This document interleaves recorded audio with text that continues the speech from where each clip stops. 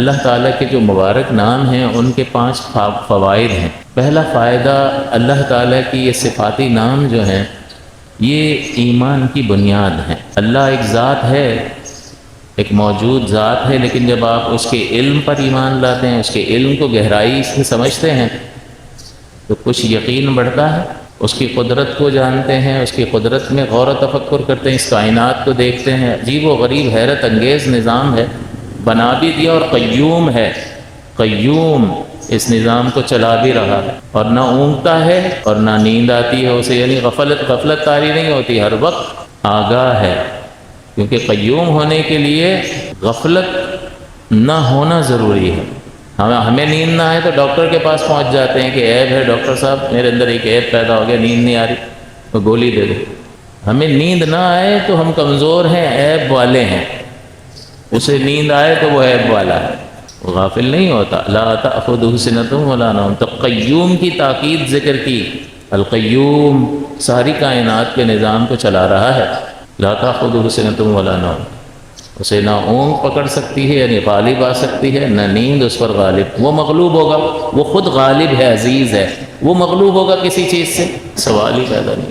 تو اللہ تعالیٰ کے نام جو ہیں وہ ایمان کا فائدہ دیتے ہیں، اسی لیے فرمایا کہ اول واجب جو ہے وہ اللہ کی معرفت ہے۔ نہ نماز پہلا واجب ہے، نہ روزہ، نہ زکوٰۃ، نہ حج۔ سب سے پہلا واجب مسلمان پر کیا ہے؟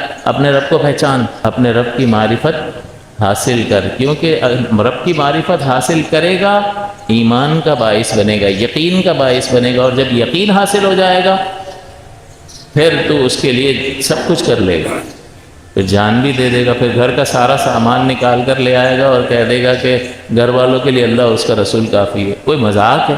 کوئی آسان کام ہے؟ یہ یہاں اعتقاد جازم ہوگا، اللہ پہ بھروسہ کامل ہوگا کہ وہ ہے اور زبردست ہے اور ملاحظہ فرما رہا ہے، وہ کرے گا، اس کا وعدہ ہے، بات ہی ختم ہو جاتی ہے۔ اس نے وجود عطا کیا، ماں کے پیٹ میں آپ جاتے تھے کیا؟ نا کوئی کمانے جاتا تھا، پالا ہے نا، پالا ہے، اس دنیا میں لایا اور بڑا کیا، ساری ضرورتیں پوری فرمائی۔ اول واجب ہم پر جو ہے اللہ تعالیٰ کی معرفت ہے، اس لیے کہ ہمارا رب ہمیں امر اور نہی فرماتا ہے، ہمیں بچاتا ہے بہت ساری چیزوں سے، جن چیزوں میں ہمارے لیے نقصان ہے ان کے کرنے میں ان سے ہمیں روک دیتا ہے، نہی فرما دیتا ہے کہ یہ مت کرنا تمہارے لیے نقصان ہے، اور جن چیزوں کے کرنے میں فائدہ اس کا امر فرما دیتا ہے۔ یہ کوئی بتوں کی طرح نہیں ہے معاذ اللہ کہ اس کو پوج رہے ہیں لیکن نہ ان سے کوئی امر کرتا ہے نہ نہی کرتا ہے، کسی کام کا حکم بھی نہیں دیتا، کسی کام سے روکتا۔ ہمارا رب ہے جو آمر بھی ہے اور ناہی بھی ہے، تو اس امر اور نہی پر جو وہ حکم دے رہا ہے یہ کرو یہ نہ کرو، اس پر قوت کہاں سے آئے گی؟ اس پر قوت اللہ کی معرفت ہی سے آئے گی، کیونکہ عامر کہتے ہیں حکم دینے والے کو، جب تک حکم دینے والے کو پہچانو گے نہیں اس کے حکم پر عمل کرنے کا دل نہیں کرے گا، سنجیدگی نہیں ہوگی، استقامت نہیں ہوگی، ہمیشگی نہیں ہوگی، انتہائی درجے تک آگے بڑھ کر اس پر عمل کرنے کا جذبہ پیدا نہیں ہو سکتا۔ مجھے کوئی آ کر کہے کہ یا آپ کو کوئی آ کر کہے دو فلاں کام کرنا ہے، سب سے پہلا کیا سوال ہوگا؟ کس نے کہا؟ کس نے کہا؟ کسی نے بھی کہا ہے کرو، پوری زندگی کرو، چل بھائی بھاگ یہاں سے۔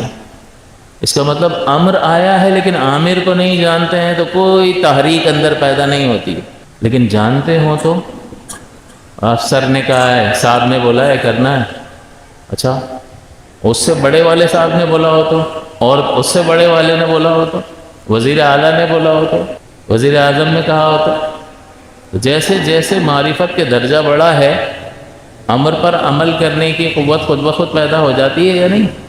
ہو جاتی ہے۔ تو اس کا مطلب یہ ہے کہ اس کے جو اوامر ہیں اس پر عمل کرنے کا جذبہ اور طاقت اور تحریک اسی وقت پیدا ہوگی کہ جب ہم عامر کو صحیح طرح سے پہچانتے ہوں اور جانتے ہیں۔ اور اس کی پہچان کیسے حاصل ہوگی؟ رحمت کونین صلی اللہ علیہ وسلم نے فرمایا اللہ تعالیٰ کی ذات میں غور مت کرو، اس کی ذات کو تم سمجھ ہی نہیں سکتے، کوئی بھی نہیں سمجھتے، اس کے کمالات میں غور کرو، اس کی صفات میں، اس کی خوبیوں میں غور کرو، اور ان خوبیوں کے ذریعے سے اس کو پہچانو کہ ایسا ہے، اتنا زبردست ہے، اتنا عظیم ہے۔ اور جب یہ عظمت اور یہ رفعت اور یہ بلندی جب ظاہر ہوگی تو جھکاؤ خود بخود پیدا ہونا شروع ہو جائے گا۔ اسی لیے جو ہے سب سے اول واجب اللہ تبارک و تعالیٰ کی معرفت ہے،